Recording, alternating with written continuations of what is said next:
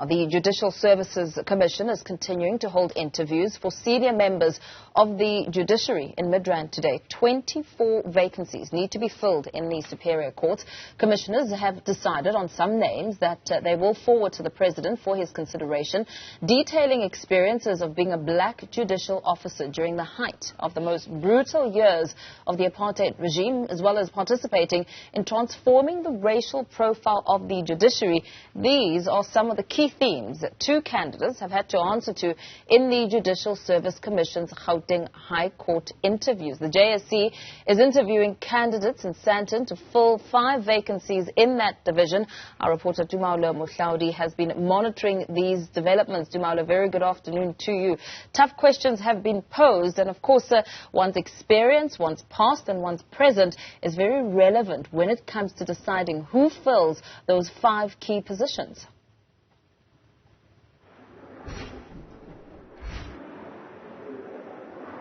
Well, this is exactly the point of these interviews, to try and gain the philosophical and, of course, operational approach that the candidates will bring to the bench if they are successful and indeed are then selected to fill those vacancies in the High Court division, a very key division in terms of some of the judgments that have been passed there have had far-reaching effects in terms of the transformation agenda in South Africa and trying to undo the practices and also the social and, of course, one can argue economic and, of course, cultural constructs that the apartheid regime had enforced, which kept many of South Africa's majority black population, in the outskirts of both the economy as well as in the justice sense of things. But when one looks at Advocate J. Holland Matter, senior counsel there, one of the questions that was posed to him as a candidate in Mpo was the fact that his age is quite advanced, and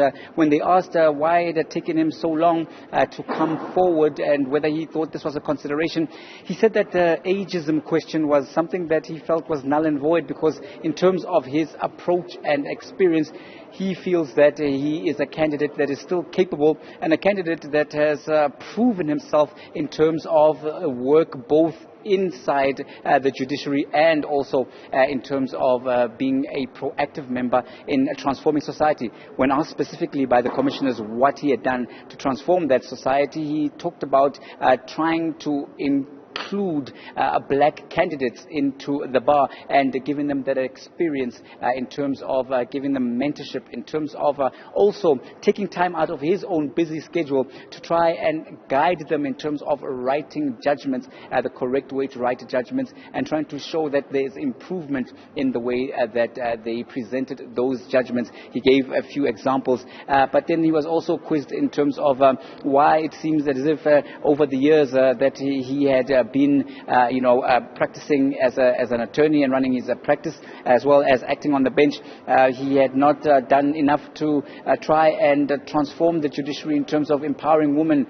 He said that he had indeed empowered women and gave some examples there where he had fielded candidates that were women and given them work and given them articles to try and help within his practice. He said this was something that was of paramount importance in terms of his own vision of transforming the judiciary, one that he said is clearly in need of transformation, because he admitted that there are some much work that is needed to be done in order to see particularly women of color being advanced to the judiciary. So this was something that was key in terms of that particular interview, not as adversarial, one must add, in terms of just looking as a layman's perspective compared to interviews that were held, for instance, yesterday when one was looking at the electoral court, and one wonders in terms of why the interview processes were seemingly a little bit more relaxed today. This is something that I will put through to the commissioners to try and get an understanding when, of course, they do give that all-important announcement about who is the preferred candidate. Another candidate that was important to watch, of course, was Mr. M.S. Makamu. This was quite an interesting interview process where Mr. Makamu detailed his experience and his track record, particularly because he was pushed by the commissioners about his role as an apartheid judge. Mr. Makamu started his tenure during the apartheid era in the 80s.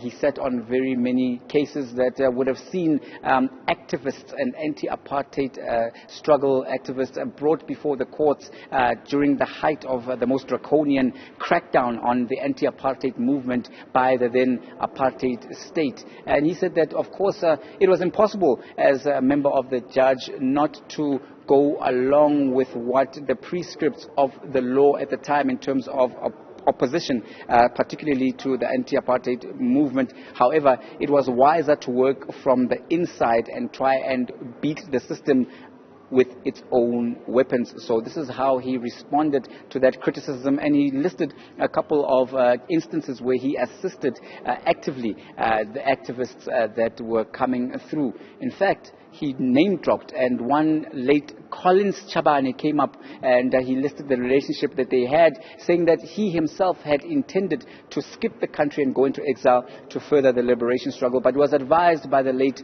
Minister Collins Chabane to stay in and try and work within the system. So one then gets an insight into the criticisms that have been fielded before in previous JSC interviews of candidates who were on the bench or were legal practitioners, but within the apartheid state, the question being, what did you do to try and bring it to an end? So this is the situation as it stands here at the Judicial Services Commission for now, and we'll continue to bring you those interviews and analysis thereof as and when it happens. Very well, Tumaole Mohlaoli, we leave it there for now, of course, bringing us a breakdown of the developments at the JSC interviews. In a moment.